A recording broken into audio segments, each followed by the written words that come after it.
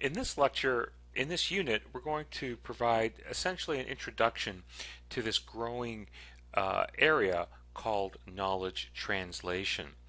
And knowledge translation, or simply referred to sometimes as KT, is a process in which research that is conducted inside the laboratory is harnessed and used in a way that can directly benefit the health and welfare of people.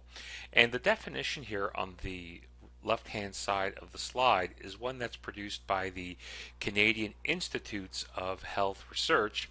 And the key elements of this definition really points to the objective of research, and that includes the synthesis, which is the actual production of the research, the sharing of the research, dissemination, and then exchanging it and applying that knowledge that can improve the health of Canadians. And it's the exchange and application that often proves to be the challenge in getting that primary information that you can see here in the top right hand corner generated from isolated studies into the laboratory to something that is usable.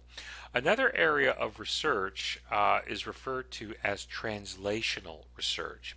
And translational research is more of a goal in terms of the ability to get that research conducted in isolation in the lab to the benefit of people, and that's why it's often referred to as bench to bedside.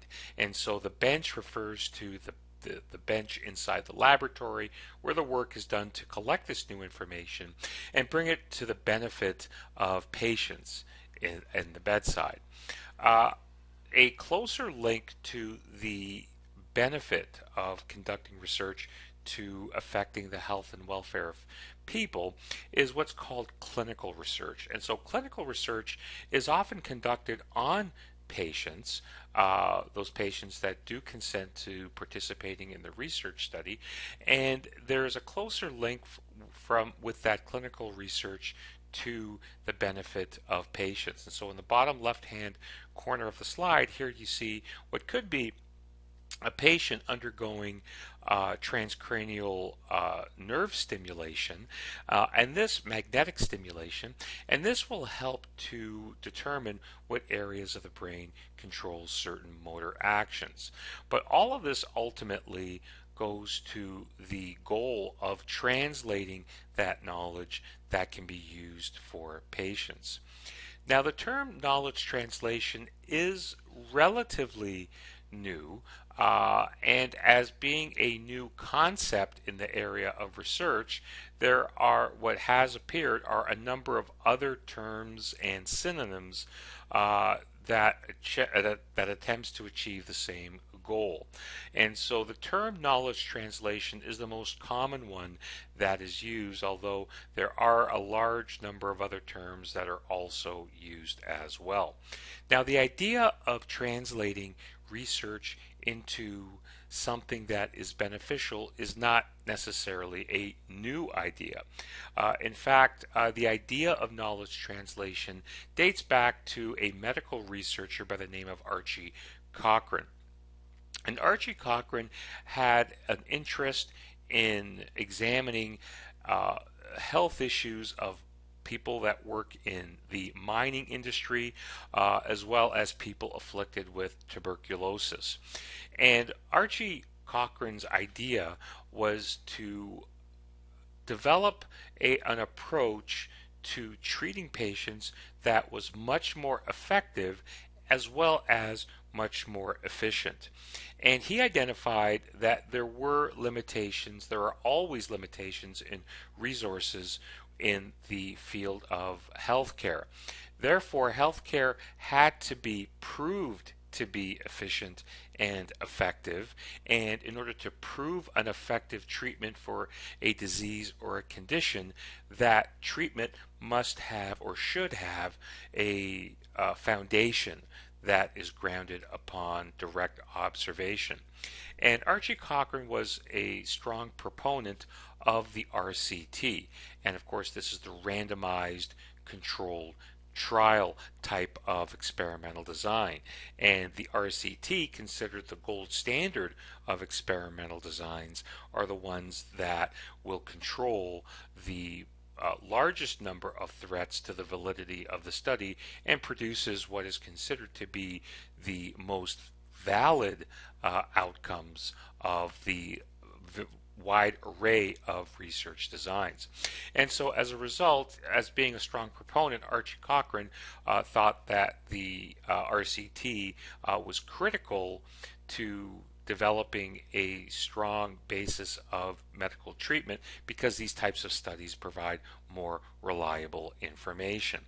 And on this slide here, I'm just posting a couple of quotes from Archie Cochrane's 1971 textbook, Effectiveness and Efficiency.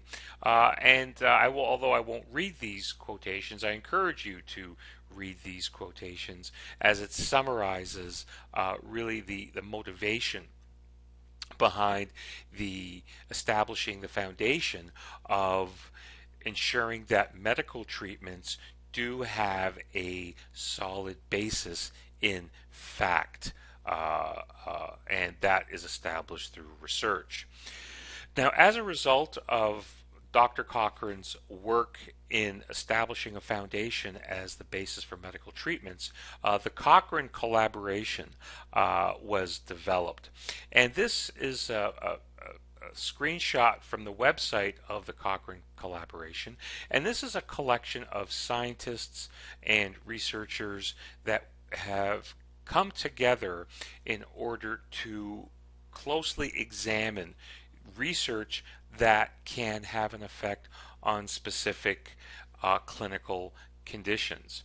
And the Cochrane collaboration publishes a wide range of systematic reviews and meta-analyses. And just one example of such, as we see here, is a meta-analysis examining treatments for anemia in adults with chronic kidney disease. And so in the Cochrane collaboration assembles researchers that have come together and to conduct the work in identifying as many primary studies as exist that can be put into a meta-analysis. And so the Cochrane collaboration, the website here, can be used to access a wide range of these meta-analyses and systematic reviews in order to provide that foundation of what research exists to treat certain types of clinical conditions. So this ends our first lecture on the introduction to knowledge translation.